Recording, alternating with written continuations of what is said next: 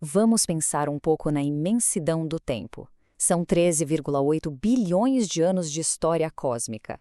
E em toda essa vastidão, a vida consciente, pelo que a gente sabe, apareceu agora.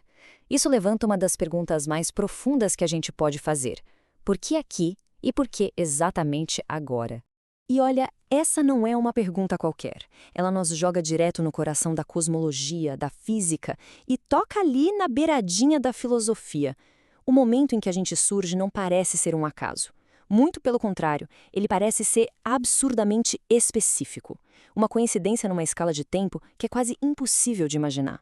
A resposta para essa pergunta começa quando a gente entende que a vida, pelo menos como a gente conhece, só é possível dentro de uma janela de tempo muito específica. Uma janela que nem sempre esteve aberta e que um dia vai se fechar. Essa linha do tempo mostra o quão especial é a nossa era. Dá uma olhada no começo. Um inferno de radiação onde absolutamente nada conseguiria sobreviver. Depois, uma fase quimicamente pobre, mesmo com as primeiras estrelas. E agora, olha lá para o futuro distante. Um vazio gelado e escuro quando a era estelífera, a era das estrelas, já tiver acabado. E nós? Nós existimos bem aqui, nesse intervalo frágil e iluminado. Um breve momento de vida entre duas eternidades inóspitas. O contraste é impressionante. De um lado, uma fornalha primordial onde a própria matéria mal conseguia existir. Do outro, um futuro de escuridão e frio eternos, a chamada morte térmica do universo. A nossa era, portanto, não é a regra, é uma anomalia, delicada e muito, muito preciosa, entre dois extremos onde a vida é impossível. Mas ok, ter um universo com a temperatura certa não adianta nada se não tiver do que a vida ser feita. A vida precisa de matéria-prima, de blocos de construção.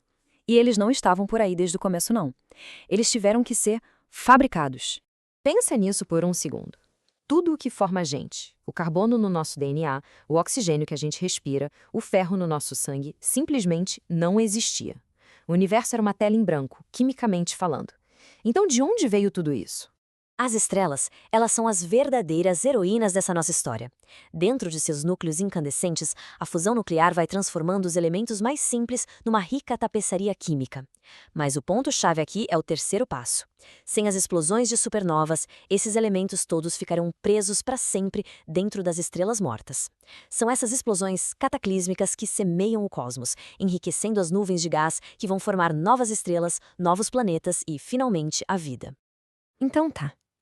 Já temos a temperatura certa e os ingredientes certos. Mas a vida é um processo lento, frágil. Ela precisa de um ambiente estável por bilhões de anos para poder surgir e evoluir. Precisa de um porto seguro. Assim como os planetas têm uma zona habitável em volta das estrelas, as galáxias também parecem ter. Perto demais do centro galáctico, a radiação é letal. Longe demais, lá nas bordas, faltam os elementos pesados para formar planetas como a Terra. E a gente está localizado bem nesse anel de estabilidade, digamos, subúrbio galáctico tranquilo, onde as condições são ideais. E, claro, o tipo de estrela faz toda a diferença. As estrelas gigantes são espetaculares, mas elas vivem rápido e morrem jovens. Queimam seu combustível num piscar de olhos cósmicos, sabe? Não dá tempo para a vida complexa evoluir.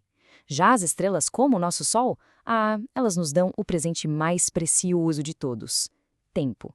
Bilhões de anos de energia estável, permitindo que a dança lenta e majestosa da evolução aconteça. Então, o ponto crucial é este. Nós estamos vivendo numa espécie de era de ouro do universo. O cosmos já atingiu a maturidade química, já foi enriquecido por incontáveis gerações de estrelas, mas ele ainda tem a vitalidade da formação de novas estrelas. É o equilíbrio perfeito. A gente tem os materiais de construção e as fábricas cósmicas ainda estão funcionando.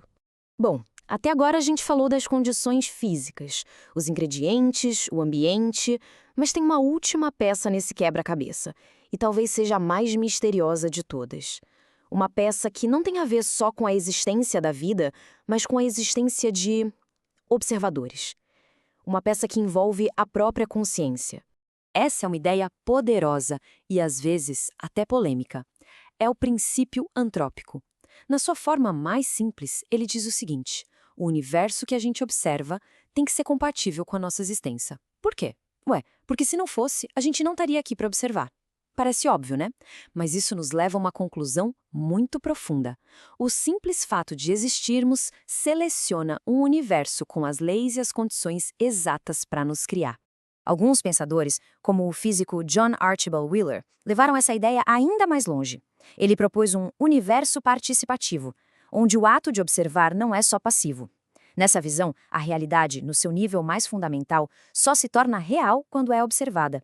É uma ideia de explodir a cabeça, a de que a consciência não só vê o universo, mas de alguma forma participa da sua criação. E essa é talvez a perspectiva mais inspiradora de todas. Nós não somos só poeira de estrelas, produtos do cosmos. Nós somos o meio pelo qual o cosmos alcança a autoconsciência. A matéria estelar, forjada há bilhões de anos, se organizou de uma forma tão complexa que hoje ela pode olhar para trás e entender a própria estrela de onde veio. Quando a gente junta todas essas peças, a imagem que se forma é a de um momento no tempo cósmico que é realmente extraordinário. Um breve instante de luz numa imensa escuridão.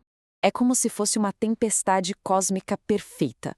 Uma sequência de eventos super improváveis, cada um deles absolutamente necessário se alinhando ao longo de bilhões de anos. Se qualquer um desses passos falhasse, se o tempo fosse um pouquinho diferente, o resultado seria o silêncio. O fato de estarmos aqui é o resultado de uma cadeia de eventos de uma precisão impressionante. Então, essa é a grande conclusão. A nossa existência não é algo trivial no universo. Pelo contrário, ela acontece numa fase extremamente especial e rara. Somos a consciência de um universo que está em sua juventude vibrante, mas que, ao mesmo tempo, já é maduro. E isso nos deixa como uma pergunta final. Diante da imensa escuridão do passado e do futuro, nesse breve e milagroso instante de luz em que a consciência existe, o que significa estar vivo? A resposta talvez não esteja lá fora, nas estrelas, mas aqui dentro, em cada um de nós. Obrigado pela companhia nessa jornada.